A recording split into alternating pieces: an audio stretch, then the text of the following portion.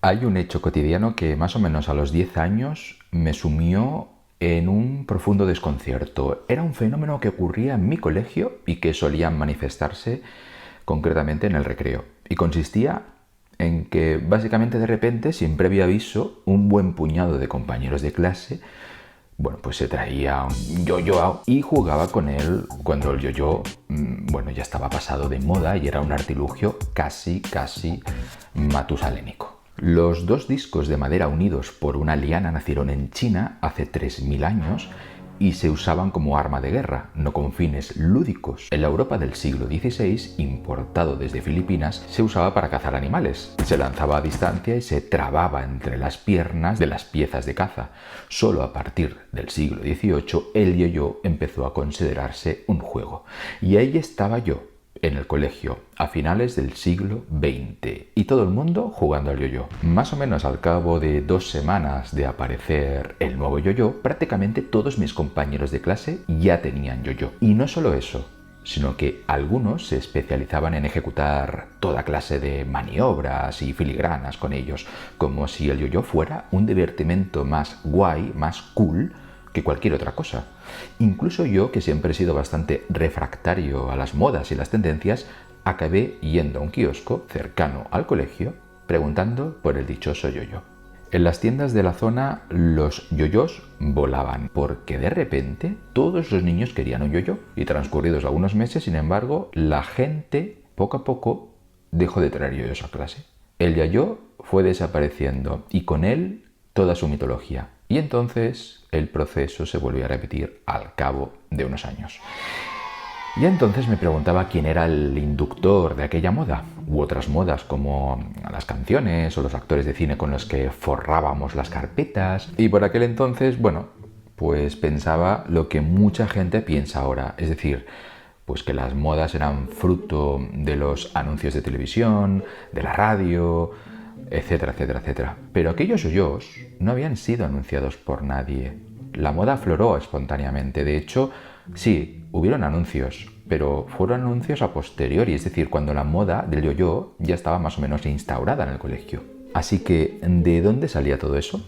Con los años he ido formando mis propias teorías personales. Tal vez el padre de uno de mis compañeros de clase pues quiso enseñarle a su hijo cómo pasaba él el tiempo a su edad y bueno, tras seducirle con una técnica muy específica con el yo-yo, pues tal vez el hijo se compró uno, llegó a clase con él y entonces sedujo a otros compañeros de clase para que hicieran lo propio y así sucesivamente. Pero todo eso no eran más que teorías que yo no podía demostrar. Por lo que a mí concernía, el desencadenante de la moda del yo-yo era invisible y además actuaba tan rápido que conseguía infectar a toda la clase en pocos días. Pero ¿cómo funcionaba realmente todo esto? ¿De verdad las cosas eran tan sencillas como a veces nos hacen creer? ¿O eran mucho más complicadas? Es decir, ya sabéis, la gente hace tal cosa o tal otra porque se pone de moda y porque se sale en la tele y porque sale en una película o porque lo dicen algunas personas, o esto no es verdad, o es que sencillamente no tenemos ni idea. Vamos a analizarlo en esta nueva charla de Baker Café.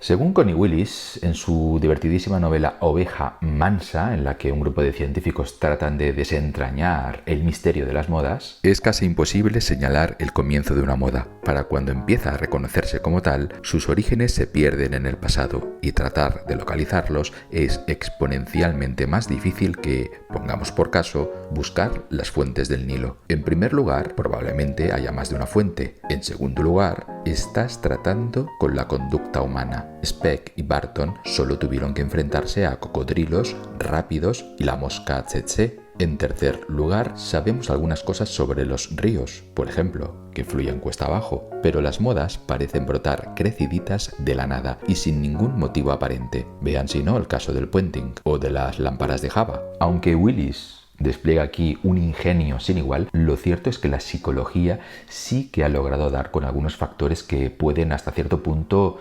medirse y localizarse y por tanto arrojar luz a uno de los fenómenos sociales más misteriosos de la cultura humana. El hecho de que todos hagamos lo mismo sin saber quién es el condenado que nos contagió. Las modas se caracterizan por ser efímeras y en algunas ocasiones son cíclicas. Aparecen una y otra vez, como el Guadiana. Algunas de las modas más sonadas de la historia son, por ejemplo, el hula hoop. Nació en marzo de 1958 y murió en junio de 1959. Es cierto que luego renació cual ave fénix en distintas épocas, pero nunca con tanta virulencia. Rusia y China lo prohibieron por ser un símbolo capitalista, pero todo y así se vendieron más de 50 millones de unidades al precio de $1,98. La gente llegó a sufrir dislocaciones de cadera, torcimientos de cuello y hernia discal por su culpa. Pero eso no importaba, había que usar el hula hoop. Otra moda es el minigolf. Nació en 1927 y murió en 1931. Eran pequeños campos de golf con 18 hoyos muy cortos y complicados con molinos, cascadas y diminutas trampas de arena. En su punto culmen en Estados Unidos había más de 40.000 instalaciones que incluso llegaron a amenazar la supremacía del cine. Hasta los estudios de cine prohibieron a sus actores que se les viera jugando al minigolf. Mascotas virtuales, otoño de 1994 hasta primavera de 1996. ¿Quién se acuerda del omnipresente Tamagotchi? Se cree que su éxito radica en el amor de los japoneses por los animales y al problema de exceso de población y las largas jornadas laborales a gran distancia que imposibilita el tenerlos en casa. Por eso incluso en Japón no es nada raro que los fines de semana uno alquile una mascota para pasearla. Otra moda es el cubo de Rubik de 1980 hasta 1981. Creo que podemos afirmar que todos nosotros hemos tenido al menos uno de estos cubos de colores que se podía rotar para formar diferentes combinaciones y que por supuesto generó su propia caterva de expertos capaces de completar el juego en pocos segundos. Otra moda muy importante son los tatuajes. Nacieron en 1691 como moda. Al parecer la importaron los exploradores europeos de los mares del sur. Personajes importantes empezaron a automutilarse de esta forma, como por ejemplo la madre de Winston Churchill, que llevaba una serpiente tatuada en la muñeca. Luego la moda de los tatuajes renació en la Segunda Guerra Mundial, sobre todo entre los marineros, y más tarde renació entre el movimiento hippie y de nuevo a finales de 1980 y ahora últimamente está experimentando tal revival que, bueno, no llevar tatuajes va a ser propio de gente pendenciera y rebeldilla y llevarlo de gente normal, adocenada y aburrida. Y bueno, así podríamos seguir hasta el infinito, pero ¿quién forja realmente las modas y quién las propaga? Dejando aparte las grandes y costosas campañas publicitarias que no surten siempre el efecto deseado, lo cierto es que los responsables de las modas son personas de la calle y normalmente lo son sin saberlo. Las tres clases de personas más involucradas en el nacimiento o propagación de una moda o tendencia social son los mavens, los vendedores y los conectores. No son especies alienígenas de Star Trek o de Babylon 5. Son una clase de persona que no abunda, pero que seguramente todos nosotros hemos conocido en alguna ocasión. Lo primero que hay que asumir en la teoría de los mavens, los vendedores y los conectores que forjan y propagan las modas y las tendencias, es que los pequeños cambios son capaces de causar grandes consecuencias, como la mariposa del caos que aletea y origina un huracán en la otra parte del mundo. La otra idea que hay que procesar es que en la sociedad unas personas cuentan más que otras. Los economistas suelen referirse al principio del 80-20 o principio de Pareto, que quiere decir básicamente que el 80% del trabajo siempre lo lleva a cabo un 20% de los implicados. Esto lo sabréis todos los que trabajéis en las oficinas de una gran empresa. Pero lo vemos en todos los ámbitos. Por ejemplo, en la mayoría de poblaciones hay un 20% de criminales que comete el 80% de todos los delitos. El 20% de los motoristas provoca el 80% de los accidentes. El 20% de los bebedores de cerveza consumen ellos solos el 80% de toda la cerveza. En lo tocante de las epidemias, sin embargo, esta desproporción es aún mucho más extrema. Un mínimo porcentaje de personas hace la mayoría del trabajo, no solo en epidemias o pandemias como la del COVID-19, sino en toda clase de enfermedades. Por ejemplo, en un análisis sobre una epidemia de gonorrea en la población de Colorado Springs, en Colorado, se tomaron notas durante 6 meses sobre cada persona que acudía a una clínica para recibir tratamiento. Lo que se descubrió fue sorprendente, muy sorprendente. Toda la ciudad de Colorado Springs, que supera los 10.000 habitantes, sufrió un ascenso inesperado de gonorrea debido a la acción de solo 168 personas. 168 personas que vivían en 4 pequeños vecindarios y que básicamente frecuentaban los mismos 6 bares. Era una serie de personas que salía todas las noches, que tenían muchos encuentros sexuales y que tenían conductas fuera de lo habitual. Bien, una vez asimiladas estas dos cosas, estas dos ideas básicas, a saber que pequeños cambios provocan grandes causas y que unas pocas personas cuentan más que otras, podemos empezar a clasificar a esas personas que son especiales cuando hablamos de modas, tendencias, epidemias o cualquier otro tipo de aspecto que se pueda transmitir a los demás, como los yoyos de mi colegio. Primero, hablemos de los conectores. ¿Os suena la teoría de los 6 grados de separación? Según esta teoría, la máxima distancia que nos separa de cualquier persona son 6 personas intermedias. Pues bien, los conectores son la excepción. La distancia que les suele separar de cualquier persona son, por término medio, la mitad, incluso menos. Los conectores parecen conocer a todo el mundo. Por su trabajo, por su carácter, los conectores mantienen una conducta social anómala basada en las interacciones cortas con muchas personas diferentes y además disfrutan con ello. Prefieren hablar con mucha gente, citarse a menudo con gente diferente y dedicar un tiempo moderado a cada una de esas personas antes que centrarse en muy pocas personas durante mucho tiempo.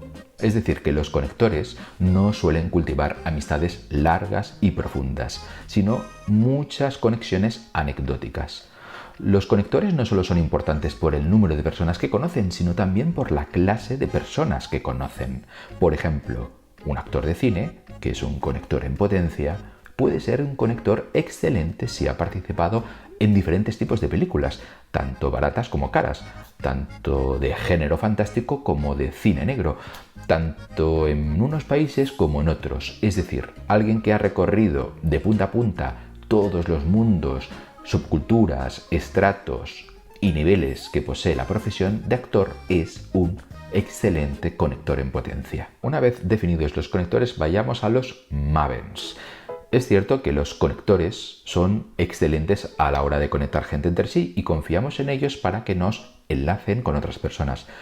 Los mavens son lo mismo, pero en el ámbito de la información. Confiamos en ellos para que nos conecten con información y datos nuevos, no con personas.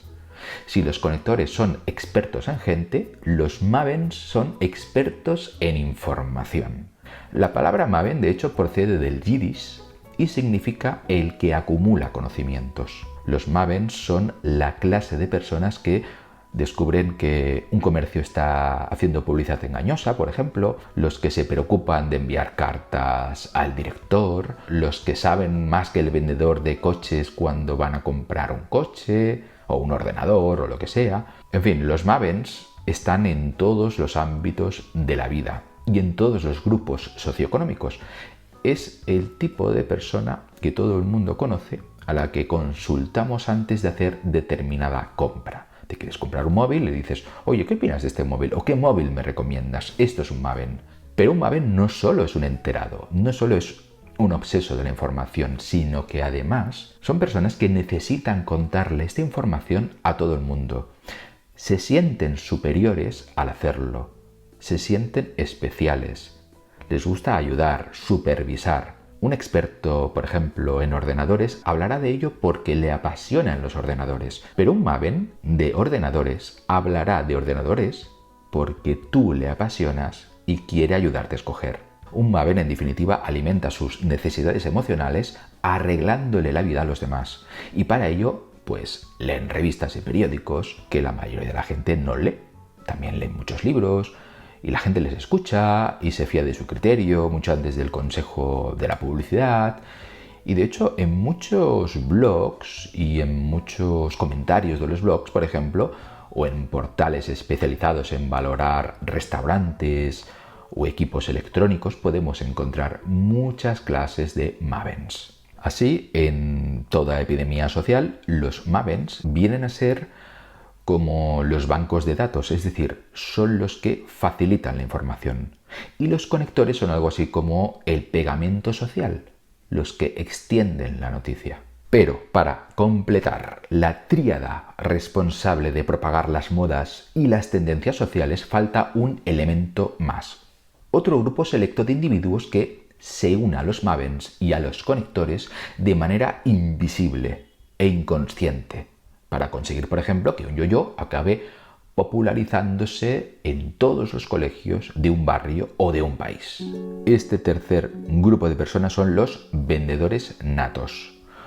Los vendedores natos tienen la habilidad de persuadirnos cuando no estamos demasiado convencidos de lo que acabamos de oír.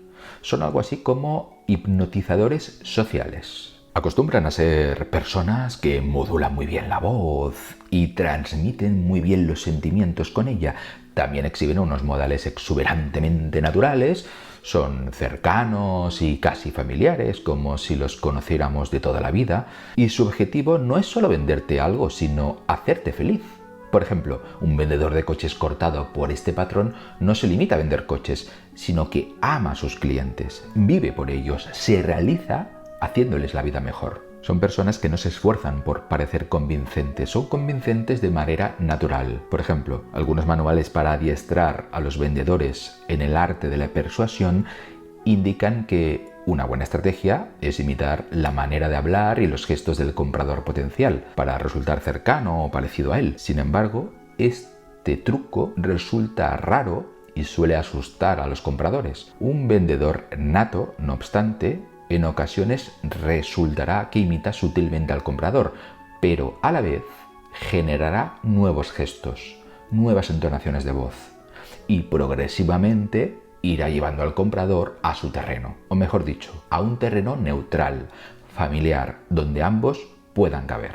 Vale, después de describir qué son los conectores, los Mavens y los vendedores natos, uno puede explicarse mejor cómo es posible que una moda como jugar con el yo-yo llegue a un colegio como nacido de la nada y se propague con tanta facilidad. Sin embargo, todo esto no es más que el principio de la historia, la punta del iceberg. La realidad es muchísimo más compleja. No basta con que actúen conectores, Mavens y vendedores natos sobre una idea para que ésta adquiera resonancia social. La idea en sí también debe tener determinadas características. Por ejemplo, debe tener gancho, que sea llamativa por alguna razón o fácilmente asimilable por la mayoría de la gente, entre otros muchos factores que aún hoy los expertos en marketing tratan de averiguar. No me cabe duda de que con el tiempo los expertos, los sociólogos, los publicistas, empleando herramientas cada vez más sofisticadas, acabarán haciendo mucho más efectivas estas estrategias de